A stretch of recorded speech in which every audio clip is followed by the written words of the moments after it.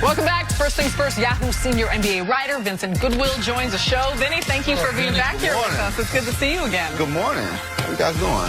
Good to see you. Fantastic. I can't leave my presence today without getting my partner stirred up, okay? Why else am I here?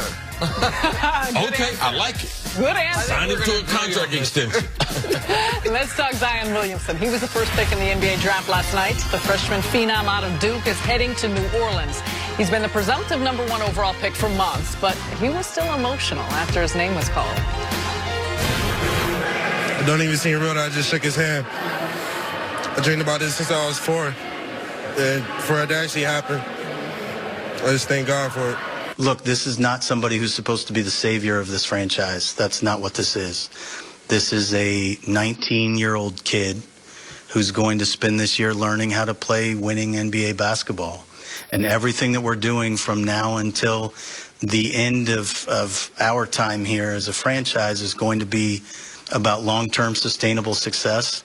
This is Drew Holiday's team. Zion is going to be part of learning how to win at a really high level.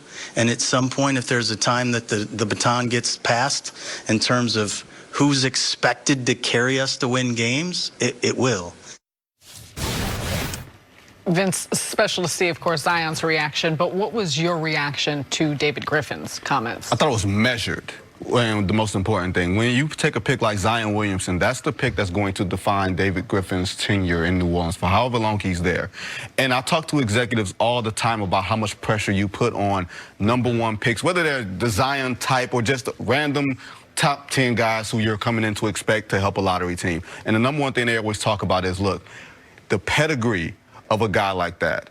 Zion Williamson is not a LeBron James on him. And look, this is not a traditional bad franchise. Like a year ago, New Orleans was in the second round of the playoffs. Yep. And granted, Anthony Davis was there. And granted, Rajon Rondo and Boogie Cousins that helped them get to a certain point there. But this is not a bare bones, we have no talent, we have no hope situation. You have the same coach. You still have Drew Holiday there. You get some of these young guys from the Lakers there to share into that burden. So why add that onto him when he's 19 years old? I think sometimes we forget these guys are really, really young, and sometimes they don't know how to handle that pressure and attention. Maybe inside, you know, David Griffin says, hey, you're going to have to be the star. You're going to have to elevate your game. But out to the outside world, I think that's a very smart play for him not to do that. Within the first 30 days when we drafted Randy Moss, I knew he was going to be special. And I had told him privately, I thought by the time I retired, I thought I'd play 4 more years. By the time I retired, I thought he would be the best wide receiver in the game. I told him that. And I said, my goal is not only to get you to that point, but if I get you to that point, then you'll be the highest paid. Now, when I came to Minneapolis and the media asked me, I was measured as far as my comments. You know, he's got a lot of, man, it's a big jump from Marshall. Man, the game moves a lot quicker. How's he going to be on bump and run? But I had flown in a couple DBs down to Florida that Randy had toasted them. I mean, accomplished defensive backs. So we had confidence, but I wasn't going to let that out. So then the first game, when he goes off against Tampa Bay, gets 2 touchdowns and everything, people are like, wow, Chris, did you surprise? No. So I think once he starts playing the Pelicans and David Griffin, they'll be like, no, this is what he expected. But the measured words are very, very important because it's about expectations. And they have to be able to manage those expectations to put him in a situation that he can develop. There is no player in the NBA like Zion right now. So they have to try to fit him in to a winning formula. Man, take care of his body. Make sure he plays the right amount of minutes. And I think that, man, he's in such good hands. Man, he is so fortunate that he has an organizational support. I believe in institutional support. That's the way you get to success. It's not just about talent. It's about the supporting cast. I'm thrilled the Knicks didn't win the lottery. Not because I don't think the Knicks are a good franchise, but because I think the Knicks got this max cap space. Obviously, if Durant hadn't gotten hurt, I thought they were going to be a contender next season. I don't want Zion in that crucible.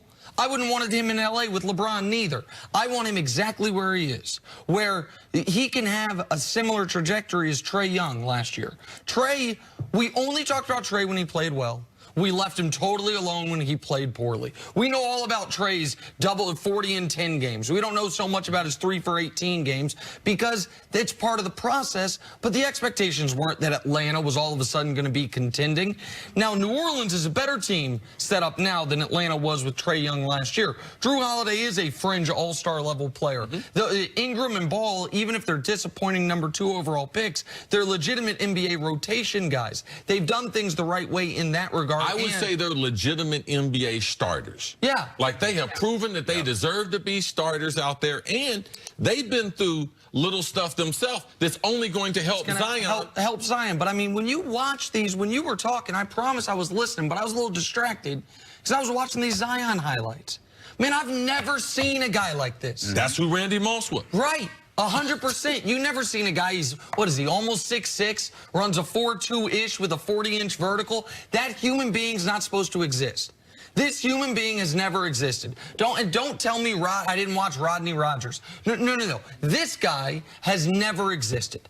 A guy of this build, this explosiveness, these instincts defensively, and as far as the second jump you talk about, the first step, that translates. So it is important for David Griffin to not do what Magic did to Lonzo, which is say you're gonna hang his jersey in the rafters, even though you damn sure better be hanging Zion's jersey in the rafters when it's all said and done, or somebody screwed something up. He left because something bad happened, or he didn't reach even half of his full potential. But I couldn't be more excited to watch this guy, and on a team that I think will be good-ish. I don't think they're a playoff team, but I don't think they're going to win 18 games. No. I think there'll be a 35-ish win team in the West and play at a fast pace, and they will allow Zion to do what he does great in the games and work on what he needs to work on in practices, which is if you were on a team trying to win right now, then you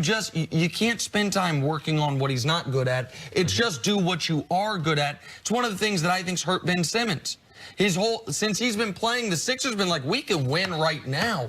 So you can't spend time with him working through things in games because you need him to win right now. That's not going to be the situation with Zion. So in adding the motor and the disposition and everything we see off the court, but Vince, how do you factor Alvin Gentry into this? Because we've talked so much about David Griffin and the great hands he's in with him and running the show, in the team, and the way the roster looks. Where do you see Alvin Gentry's place in this, in just the capabilities that he has and what he's already shown? Well, look, the roster is going to dictate that you're supposed to play fast, right? When you have Lonzo, when you have Drew Holiday, when you have these guys who aren't necessarily going to excel in set offense, and then you have a guy like Alvin Gentry who's a mastermind at that, I think he's in the best possible situation. When you think about the fact that his jump shot is a set shot, when you think about he's best in the open floor and playing with pace, all right, cool. Lonzo Ball, just run. Drew Holiday, just run. So that way you don't have to worry about his weaknesses holding him back so soon. We won't get to analyzing Zion's weaknesses holding him back for another 2 or 3 years. We know exactly what they are. We're not going to hold him to the carpet, and he's not playing in a situation where the pressure is on him to play perfect to win. And if you're New Orleans, here's the other part of it. Chris Paul's your franchise player. It wasn't good enough. He left. Anthony Davis, franchise player. Not good enough. You don't want to put that pressure on Zion to have to replace the sins of the organization from previous decades, regimes, and players who said that New Orleans was not good enough or the franchise and organization was not good enough for him. You don't want that. And no matter, he could reach his full potential, and if you don't build right around him, it won't be good enough. LeBron reached his full potential and had to leave because the franchise was not good enough. You've got to build it right. That's why I'm so happy Griff's here. And we have to remember this. Griff wasn't with LeBron the first time. No. All right? He got a more mature LeBron. So Griff's job now is, how do I get Zion to the moment when I met LeBron? Yeah. That would be a success. All right, Vince, stick around. We are coming back with some good stuff that you can rile Nick up with. Why the Lakers could make an unexpected move in free agency. That's coming up next on First Things First. I think Nick's hair has grown since 6:30. Oh, God. This guy. Huge mistake.